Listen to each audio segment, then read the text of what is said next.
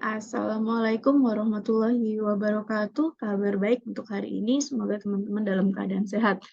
Baik, kita akan lanjut lagi. Kemarin kita sudah bicara copyright, hak cipta, sekarang kita masuk ke paten. Ya, kalau kemarin hak cipta dibagi jadi 2 bagian, ini akan kita bagi menjadi 3 bagian. Bagian mengenai paten atau hak paten. Baik, sekarang kita lihat dulu konsep paten dan invensi itu seperti apa. Ya, ini bentuk kepemilikan ini ngulang lagi dari kemarin yang pertama. Kalau dalam hak kekayaan intelektual itu ada 2 bagian ya, ada 2 ownership, ada 2 kepemilikan, ada yang personal, ada yang komunal. Yang komunal kemarin ada EBT, PT sama IG, indikasi geografis atau indikasi asal. Sementara kalau paten di sini bersama dengan hak cipta dan hak milik industri yang lain itu masuk ke kepemilikan personal ya, merek, desain industri, rahasia dagang, desain tata letak sirkuit terpadu, nah semuanya masuk dalam kepemilikan personal. Undang-Undang Paten di 13 di sini dikatakan kalau paten adalah hak eksklusif yang diberikan oleh negara kepada inventor atas hasil invensinya di bidang teknologi untuk jangka waktu tertentu, baik dia melaksanakan sendiri invensi tersebut atau memberikan persetujuan kepada pihak lain untuk melaksanakannya. Dan di sini tujuannya adalah mencegah pihak lain agar tidak mengeksploitasi secara komersial suatu invensi yang diciptakan oleh inventor. Sehingga di sini inventor atau pemegang paten dapat mengambil manfaat ekonomi atas invensi tersebut. Jadi di sini gambarannya ada seseorang atau beberapa orang punya ide tertentu, kemudian dia create sesuatu atau menginvensi suatu barang atau produk ataupun proses di bidang, ingat bidangnya harus teknologi, dan oleh negara akan diberikan yang namanya hak paten.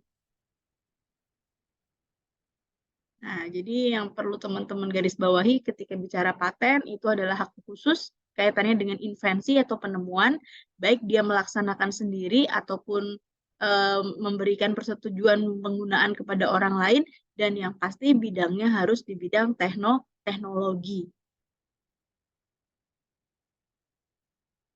Jadi paten itu sebenarnya adalah mengungkapkan, membuka diri, memberikan informasi. Jadi ini bertolak belakang dengan yang namanya rahasia dagang yang besok akan kita pelajari. Dan keuntungan bagi inventor, satu, dia bisa memonopoli, artinya hanya dia sendiri ketika punya hak paten dan punya perlindungan hukum agar tidak dipakai oleh orang lain. Dan bagi publik, keuntungannya adalah ingat karena masa perlindungan paten yang nanti kita akan bahas ada yang 10 dan 20 tahun, ketika sudah lewat masa itu, maka akan menjadi akses publik atau domain publik yang bisa diakses masyarakat sehingga dapat mendapatkan informasi mengenai teknologi tertentu sehingga membantu untuk pengembangan ilmiah sendiri.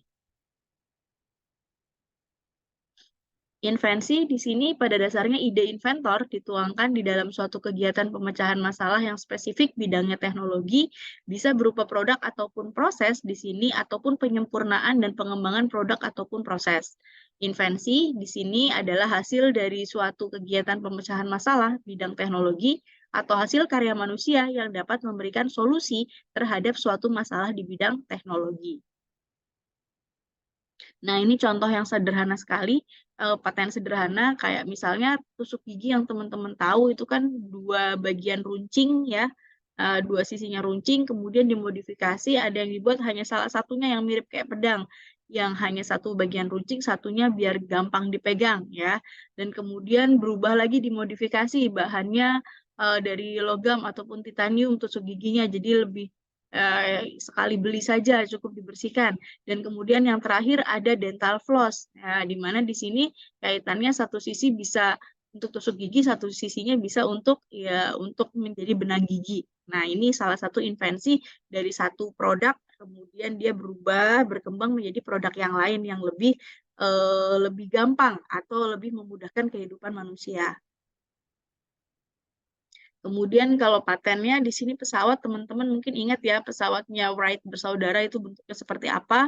Kemudian pesawatnya Pak B.J. Habibie, di situ Anda bisa lihat yang masih pakai teknologi baling-baling. Kemudian Boeing sudah tidak lagi pakai baling-baling, dan terakhir yang kecepatannya superjet ya, di sini kayak pesawat pengebom Rockwell B-1 Lancer. Di sini salah satunya dari yang mulai dia sederhana, semakin menambah teknologinya dan semakin tinggi teknologinya. Itu yang dikatakan sebagai paten. Kemudian kursi, bangku ya, bangku yang biasanya buat duduk, kemudian ini dimodifikasi menjadi bangku yang sama-sama bulat bentuknya, tapi dia bisa dinaik turunkan ya posisinya, dan gampang dengan material yang di sini kemungkinan lebih ringan, sehingga lebih ringan daripada yang dari bentuknya kayu dan lebih fleksibel. Atau proses di sini kayak mengubah minyak sawit goreng bekas menjadi gliserin atau menjadi produk biodiesel. Di sini prosesnya ini juga dilindungi oleh paten. Di sini ya mungkin teman-teman ataupun saya juga kurang begitu memahami, tapi ini yang perlu kita garis bawahi adalah prosesnya, perubahan dari minyak sawit bekas kemudian dengan beberapa proses yang dilakukan oleh seorang inventor sehingga nanti endingnya menghasilkan produk biodiesel. Kemudian juga sekaligus dia menghasilkan gliserin sampai akhirnya metanol diputar lagi. Nah, proses seperti inilah, proses penemuan proses ini yang masuk dalam kategori paten proses. Hak eksklusif. Oke, kita masuk ke hak eksklusif. Apa sih hak eksklusif? Ya, paten secara eksklusif. Ya, dengan adanya hak eksklusif ini, maka produk itu adalah dimonopoli oleh si inventornya, yang artinya tidak boleh seseorang membuat, menggunakan, menjual, mengimpor, menyewakan, menyerahkan, atau menyediakan, dan untuk dijual atau disewakan, baik proses maupun produk, ya di inventor, kecuali memang ada perjanjian lisensi, baik itu lisensi biasa maupun lisensi wajib, ataupun jual beli atas suatu invensi dari inventornya. Nah, ini bedanya ada invensi, ada discovery ya. Jadi dua hal yang berbeda. Yang masuk paten adalah yang invensi, kalau discovery tidak ya. Jadi kita lihat contohnya, invensi juga dapat diartikan sebagai bentuk penyelesaian baru bagi suatu permasalahan teknis. Ya, bukan merupakan suatu temuan atau sesuatu yang memang sudah ada di alam, faktor campur tangan manusia itu perlu ditambahkan untuk menjadi invensi. Jadi kalau bicara invensi ada ide inventor, pemecahan masalah bidang teknologi, produk atau proses, dan penyempurnaan dan pengembangan produk ataupun prosesnya. Nah, di sini yang dikatakan ada invensinya. Ini yang teman-teman sering lihat ya, ada tongkat yang dia bisa berubah menjadi kursi ya. Suatu kursi yang ditopang oleh hanya 3 kaki, salah satu kaki dapat dilipat di antara kaki tersebut, dicirikan di mana jika kaki tersebut dilipat, maka kursi dapat berubah bentuk dan fungsi menjadi tongkat atau penyangga. Ya, jadi two in one ya, kursi sekaligus tongkat, tongkat sekaligus kursi. Yang ini dipakai untuk orang manula biasanya. Ini mungkin familiar ya teman-teman, kadang-kadang ngelihat ada mbah-mbah yang megang tongkat bentuknya seperti ini. Nah, tongkat ini bisa dijadikan kursi. Karena kan kalau sudah manula jalannya agak susah dan sedikit-sedikit perlu duduk. Nah, sehingga ditemukan yang namanya atau invensi muncul yaitu kursi yang ditopang oleh 3 kaki yang bisa berubah menjadi tongkat. Nah, sementara kalau antibiotik kayak penisilin ini masuknya discovery. Kenapa? Pertama kali ditemukan di tahun 1928. Di sini jamurnya Penicillium notatum atau Penicillium chrysogenum. Nah, strukturnya ditemukan oleh Dorothy Crawford Hodgkin pada tahun 1940. Ini belum masuk dalam perlindungan paten. Tapi kemudian, nah ketika terjadi perubahan gugus R dari penisilin yang tadi, ini gugusan penisilinnya dengan dia ini sistem unsur kimianya ya, yang teman-teman kalau tidak paham ya nggak masalah, paling nggak ini unsur kimia yang pertama, kemudian ada perubahan dari R ini, nah yang itu berubah unsur kimianya menjadi amoksiklin, ampicillin, fluoxacillin, ataupun golongan obat lainnya. Dengan adanya campur tangan manusia, barulah itu menjadi yang namanya invensi yang dilindungi oleh paten.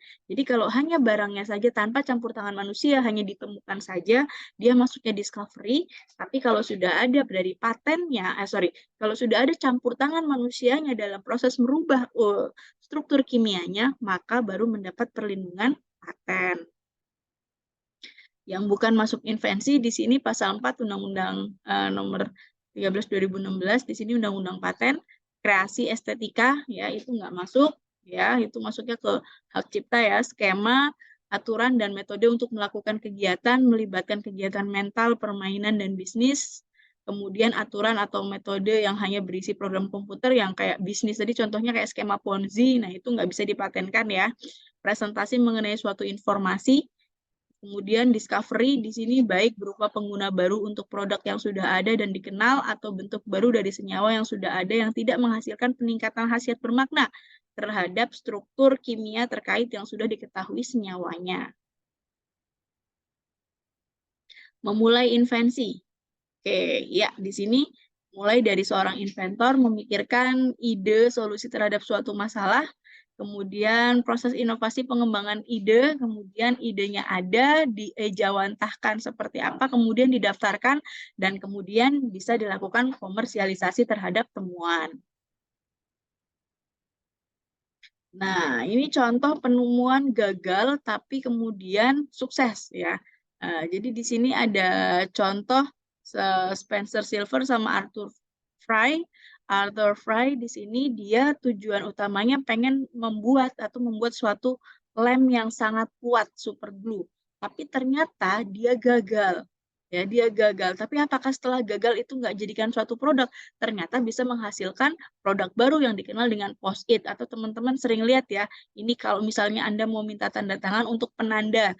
Nah, ini kan ada lemnya tapi tidak cukup kuat, tapi cukup untuk misalnya Anda mau butuh tanda tangan kepada dosen pembimbing Anda, itu atau butuh mana yang sudah direvisi, dikasih penanda. Nah, kertas penanda inilah yang menjadi temuan dari Spencer Silver sama Arthur Fry dari produk gagalnya berupa lem yang sangat kuat. Nah, jadi ini ya, seorang inventor itu nggak gampang menyerah, idenya selalu ada, kemudian apa yang gagal itu bisa jadi temuan yang lebih baru. Mengapa paten penting? Nah, kadang kan ada yang mengesampingkan paten. Ya, penting. Bagi negara, satu, menstimulasi pertumbuhan ekonomi menjadi tolak ukur kemajuan suatu negara. Makin banyak patennya, itu negara dianggap lebih maju. Kemudian bagi peneliti, dia dapat melindungi inovasi penelitiannya menjadi sumber penghasilan karena patennya bisa dijual ataupun dilisensikan dan sebagai aset untuk meningkatkan kekuatan negosiasi.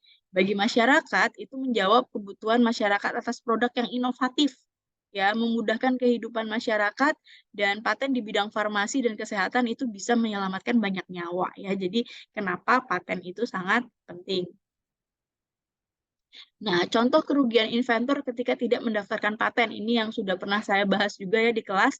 Ada orang namanya Anindito Respati Giardani, dia lulusan Unpar, yang kemudian dia menciptakan suatu alat tongsis ya, yang teman-teman pasti sudah tahu yang namanya tongkat narsis itu kan. Sayangnya dia nggak mendaftarkan paten dari si tongsisnya itu, tapi hanya mereknya saja. Sehingga patennya tidak dilindungi dan sekarang akibatnya dia tidak bisa melindungi karyanya sendiri dan banyak sekali dijiplak.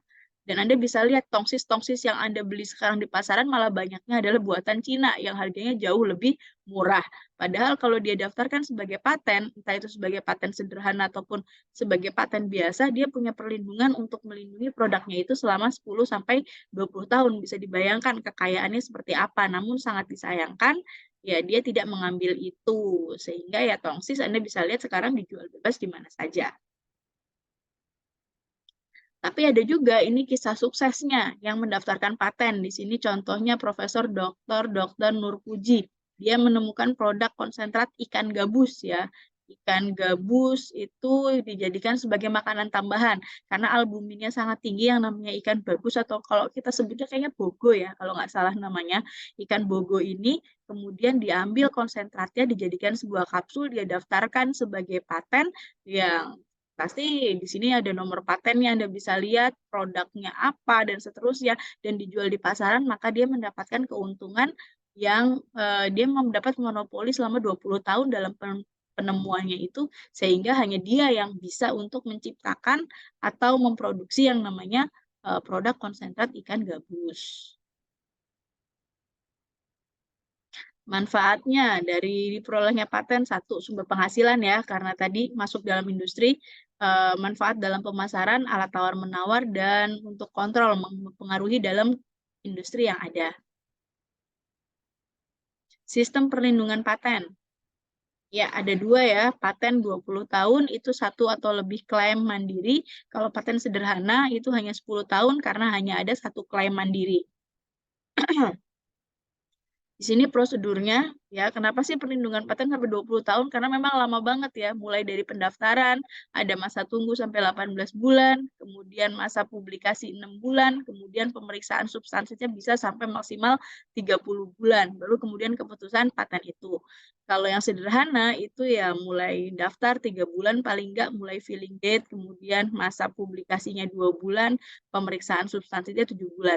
Tapi perlu diingat ketika berdaftarkan pun itu paten sudah bisa mulai diproduksi sembari menunggu keputusan keluarnya keputusan. Kalau memang nanti ternyata hasilnya dalam masa pemeriksaan substantif tidak memenuhi, maka produknya harus ditarik. Tapi kalau tidak, ya sudah nggak masalah, berarti langsung berlanjut saja dari proses pendaftaran patennya. Ini ya invensi di sini untuk yang perlindungan 20 tahun mengandung langkah inventif dapat diterapkan dalam industri. Ya, di sini yang paling penting di sini.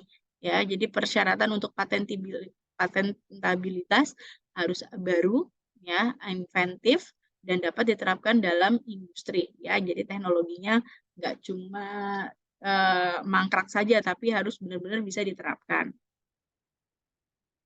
Ini contoh paten, makanya ini ada beberapa klaim. Ini tentang kincir angin ya di sini. Nah, ada kincir angin ganda klaimnya, ada 2-3 klaim. Ini makanya perlindungannya sampai 20 tahun karena klaimnya banyak ya.